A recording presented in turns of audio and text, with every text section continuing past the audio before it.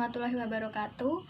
Perkenalkan, nama saya Anastasia Triutami, NIM G331200043 dari program studi S1 Ilmu Komunikasi kelas sore A Universitas Semarang. Kali ini saya akan membahas seputar penyiaran bersama salah satu presenter di Cakra Semarang TV, yaitu Kak Winda Erika. Langsung saja kita bahas seputar penyiaran melalui Google Meet. Halo, selamat sore Kak Winda. Halo, selamat sore Kak. Kenalin, nama aku Anastasia dari jurusan S1 Ilmu Komunikasi Universitas Semarang. Mau izin mewawancarai kakak ya tentang penyiaran? Iya Kak, silahkan. Sebelumnya boleh nih Kak, perkenalin diri dulu. Oh iya, perkenalkan nama saya Winda Erika Nuraini. Saya dari program studi S1 Pendidikan Bahasa dan Sastra Jawa Universitas Negeri Semarang. Di sini saya juga sebagai presenter di salah satu stasiun TV lokal di Kota Semarang, yaitu Cakra Semarang TV Kak. Oh, berarti keren dong Kak, bisa bagi waktu antara kuliah sama kerja. Iya Kak, apalagi di situasi yang masih seperti sekarang, masih pandemi, itu kuliahnya yang mengharuskan online. Jadi itu bisa buat sambilan untuk kerja Kak. Berarti banyak dong Kak keluh kesahnya gitu, kuliah sambil kerja. Ya Kak, tentu banyak sekali ya. Yaudah, sekarang kita masuk ke pertanyaannya aja ya Kak. Oke Kak. Nah, ini kan kita mau membahas tentang penyiaran nih Kak. Pengertian penyiaran sendiri itu tuh apa ya Kak? Menurut saya itu penyiaran, suatu kegiatan pemancar luasan siaran yang melalui transisi darat, di laut maupun di udara agar dapat diterima secara bersamaan oleh masyarakat. Begitu. Terus kan ada penyiaran sama siaran tuh Kak. Perbedaannya penyiaran sama siaran sendiri apa Kak? Seperti yang tadi saya bilang, penyiaran itu suatu kegiatan di mana sarananya itu pemancaran atau sarananya melalui sarana transmisi darat, di laut, ataupun di udara dengan menggunakan sinyal radio yang berbentuk gelombang elektromagnetik dan dapat diterima secara serentak dan bersamaan oleh masyarakat dengan perangkat penerima siaran. Kalau siaran itu sama artinya dengan broadcast, yang berarti pesan dalam bentuk suara, gambar, atau suara dengan gambar yang berbentuk grafis, karakter, baik bersifat interaktif maupun tidak, dan dapat diterima melalui perangkat penerima siaran. Oh gitu. Kalau di penyiaran sendiri tuh kan pasti ada ruang lingkup ya Kak. Lah, ruang lingkupnya itu apa aja sih Kak? Ruang lingkup dalam penyiaran itu terutama presenternya sendiri, ada wartawan, ada kameramen, dan ada orang yang berpartisipasi dalam penyiaran tersebut. Antara lain ada tim redaksi, ada sutradara, ada editing, dan ada pendukung lainnya. Oh, kalau yang Kak Winda itu bagian presenter ya Kak? Ya, saya bagian presenter atau membawakan berita. Nah, itu kan di Semarang TV ya Kak. Itu tuh beritanya berarti membacanya bahasa Jawa gitu. Jadi gini Kak, di stasiun Cakra Semarang TV ini ada dua macam. Yang pertama dalam berbahasa Indonesia dan ada yang dalam bahasa Jawa. Nah, dari keduanya itu juga memiliki nama acara yang tentu jelas berbeda, yang bahasa Indonesia dan bahasa Jawa. Kebetulan karena saya dari jurusan bahasa Jawa, jadi saya memilih untuk mengambil presenter yang berbahasa Jawa. Sekalian untuk latihan saya sendiri untuk di saya gitu loh Kak. Betul lah, itu tuh kadang berbelit gak sih Kak kalau lagi baca teksnya itu?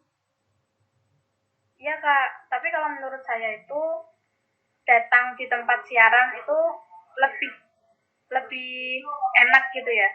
Jauh-jauh sebelum kita tag video siaran itu berapa setengah jam lah itu kita sudah sampai di tempat stasiun.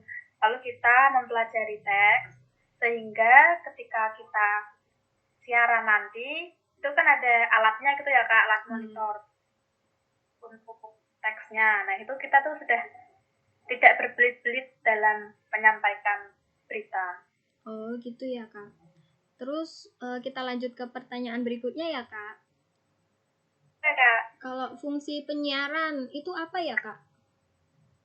Fungsinya? Fungsi penyiaran ada di bidang masing-masing ya Kak. Ada pendidikan, informasi, kontrol sosial, hiburan, dan perekam sosial. Jadi penyiaran itu menyalurkan gagasan serta informasi dalam bentuk suara pada radio dan berbentuk suara dan gambar pada televisi. Kalau yang di acara yang dibawa kakaknya itu tuh fungsinya di mana ya Kak? Apakah di pendidikan atau di sosial atau hiburan gitu?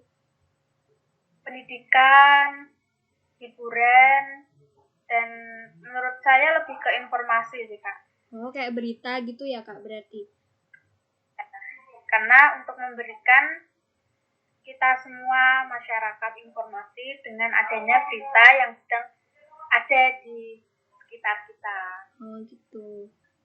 Berarti kakak bisa lebih tahu dahulu daripada penonton di rumah ya? Ya Kak, apalagi karena bertambahnya jumlah COVID-19 di Indonesia, itu apalagi di Kota Semarang, serta di beberapa daerah, itu saya juga sering itu kan mendapat beritanya. Jadi saya juga paham mana yang zona merah, mana yang zonanya udah membaik gitu Kak. Oh iya, bisa sekalian stay safe ya Kak?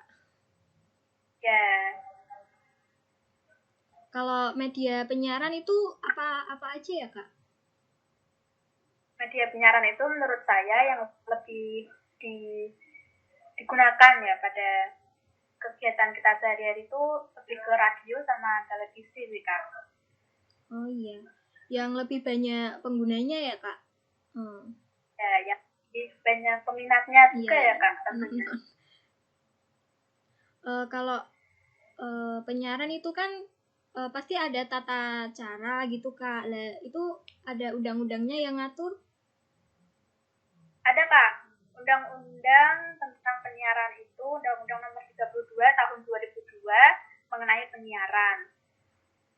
Tentang yang mengatur prinsip-prinsip penyelenggaraan penyiaran yang berlaku di Indonesia. Oh, berarti penyiaran itu tuh juga ada aturannya ya Kak, nggak langsung gitu aja. Iya Kak, ya ada aturan sendiri dan di undang-undang juga sudah ada. Kalau hal-hal nih Kak yang harus diperhatikan untuk menjadi penyiar, tips-tipsnya gitu?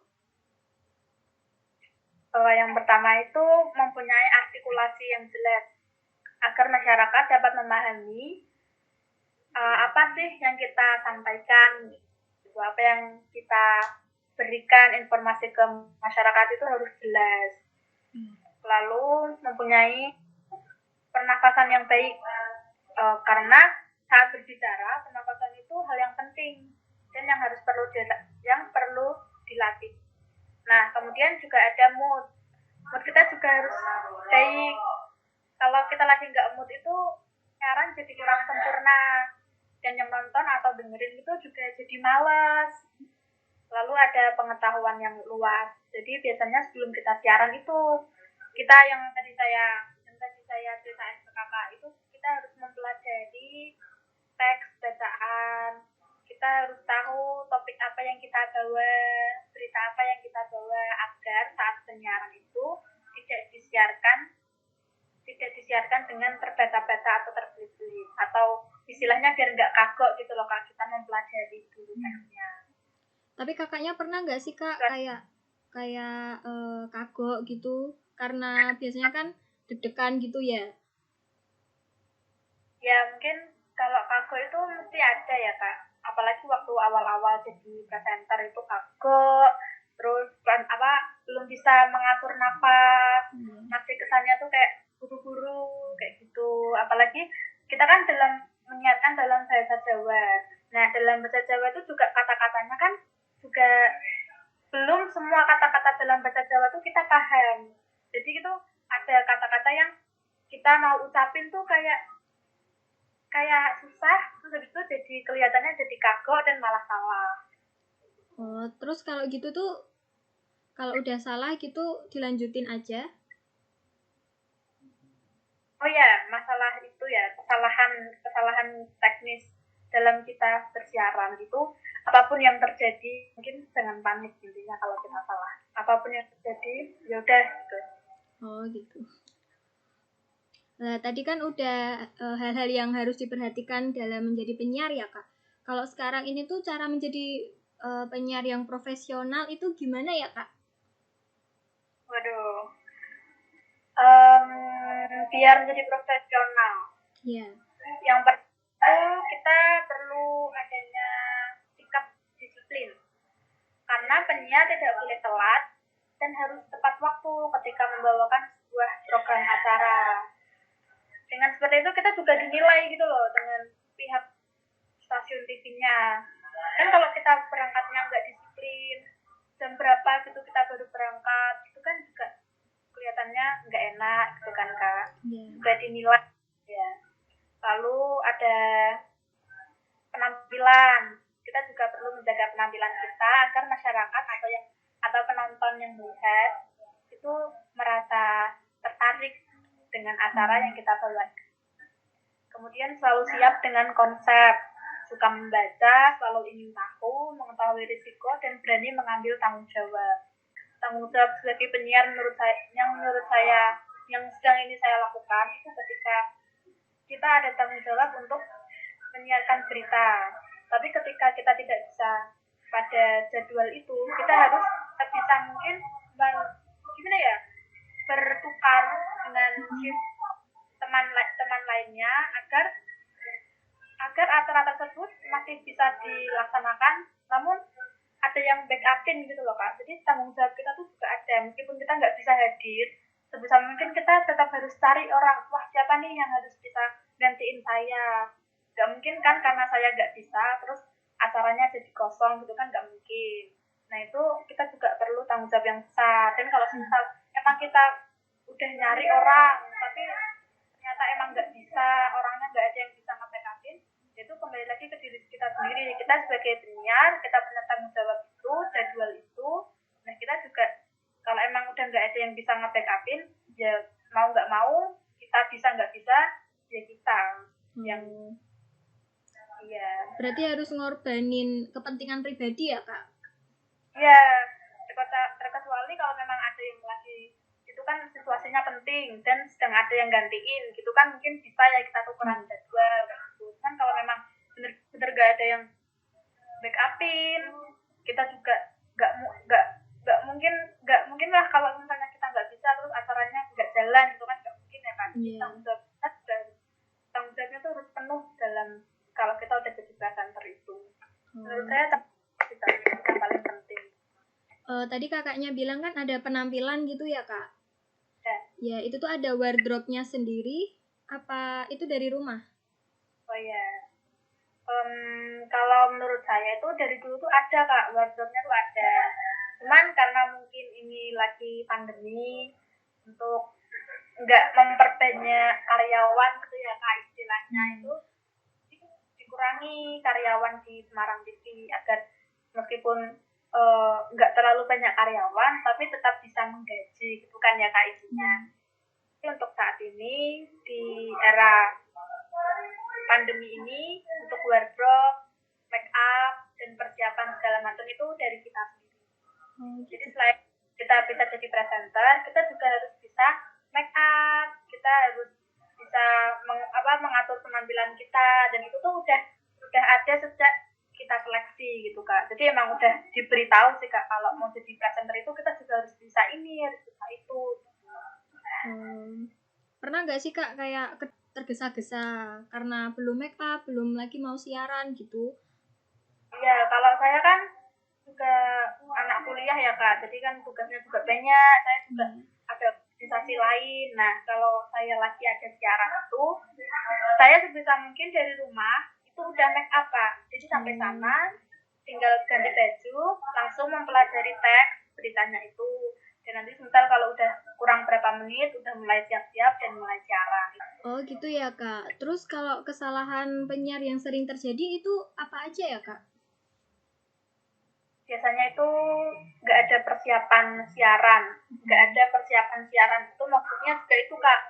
Kita udah waktunya siaran, tapi malah belum siap. Terus antusias rendah, seperti tidak semangat saat siaran. Itu kembali lagi ke diri kita masing-masing ya Kak. Kalau misal kita emang serius dan niat untuk jadi presenter, itu kita mesti punya antusias yang tinggi. Nah, tapi kan kembali lagi ke kondisi tubuh kita masing-masing ya. Kita bisa semangat, kita masih baik apa enggak itu juga tergantung dari diri kita sendiri. Terus juga kadang membosankan. Jadi presenter itu juga membosankan Kak. Bacain berita, gitu kan, nungguin setengah gitu kan juga bosan gitu. Terus tidak menguasai materi, yaitu karena kita terburu-buru, kita enggak mempelajari, habis itu jadi kita kayak terburu-buru, kita terbata-bata, intinya kita salah-salah terus kalau Kak di kamera. Itu kan kesalahan yang fatal sih ya Kak. Meskipun kita nggak malu, tapi kan kita juga juga dinilai gitu, sama sutradara gitu. Terus wajah tidak berekspresi. Itu juga kembali lagi ke mood ya Kak. Kalau mood kita enak, mood kita lagi baik, itu wajah nggak mesti senang terus gitu kan. Cuman ya kembali lagi kalau mood kita lagi jelek, itu kadang bawain berita tuh kayak kurang senang gitu kan. Dari mimik wajahnya itu juga udah kelihatan gitu Kak. Itu sih kendala-kendalanya, kesalahan-kesalahan. Berarti kalau lagi sedih gitu tuh harus pura-pura bahagia ya Kak? Ya Kak, susah Kak kalau kayak gitu Kak. Lagi capek lagi ada urusan di luar, terus kita harus siaran dan kita harus berekspresi yang senang. Senyum gitu kan butuh effort gitu ya Kak. Tapi selama ini pernah nggak sih Kak dikomplain gitu?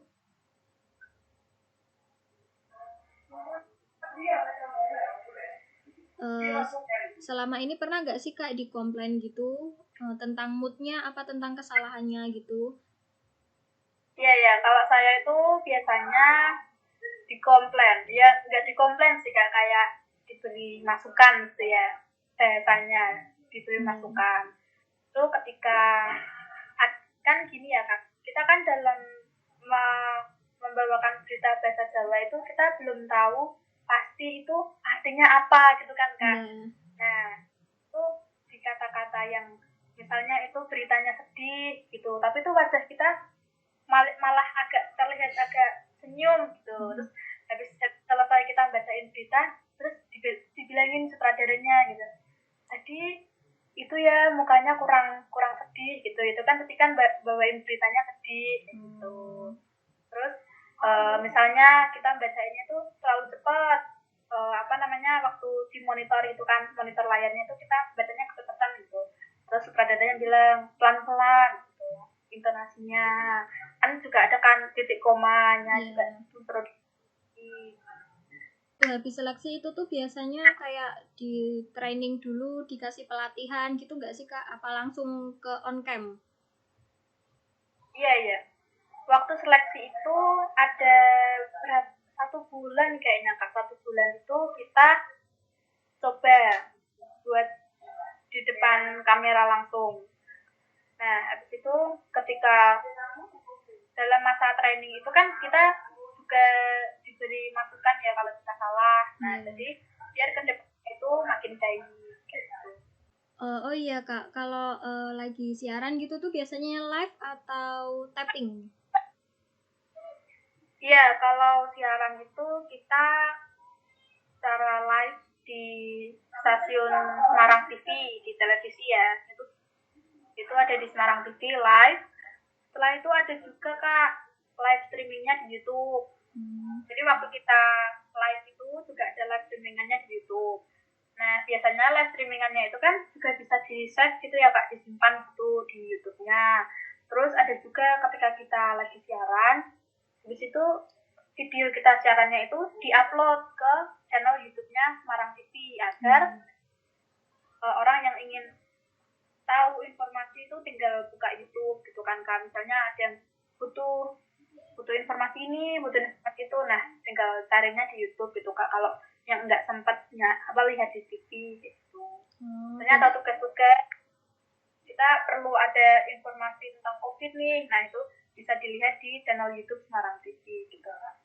Oh gitu ya, berarti lebih mudah ya Kak kalau sekarang nggak ada waktu buat nonton TV gitu. Ya, jadi apa ya, untuk meminimalisir kita nggak jalan untuk melihat berita atau suatu informasi gitu. Terus ini Kak, tahapan produksi pada siaran televisi itu ada apa aja ya Kak? Tahapan produksi siaran televisi itu ada 3, yaitu yang pertama praproduksi. Itu tentang penentuan ide, pembuatan naskah, hunting lokasi, persiapan lokasi, dan peralatan. Lalu ada produksi, setting lokasi, instalasi peralatan, syuting, review, hasil syuting. Dan yang terakhir itu pasca produksi, yaitu tahap penyempurnaan, tahap penyelesaian atau finalisasi dari sebuah produksi. Berarti kakaknya itu di tahap produksi ya Kak? Apa ikut yang di praproduksi juga? Saya produksi sih Kak. Kalau praproduksi itu lebih ke wartawannya ya Kak, yang langsung terjun di lokasi. Iya Kak.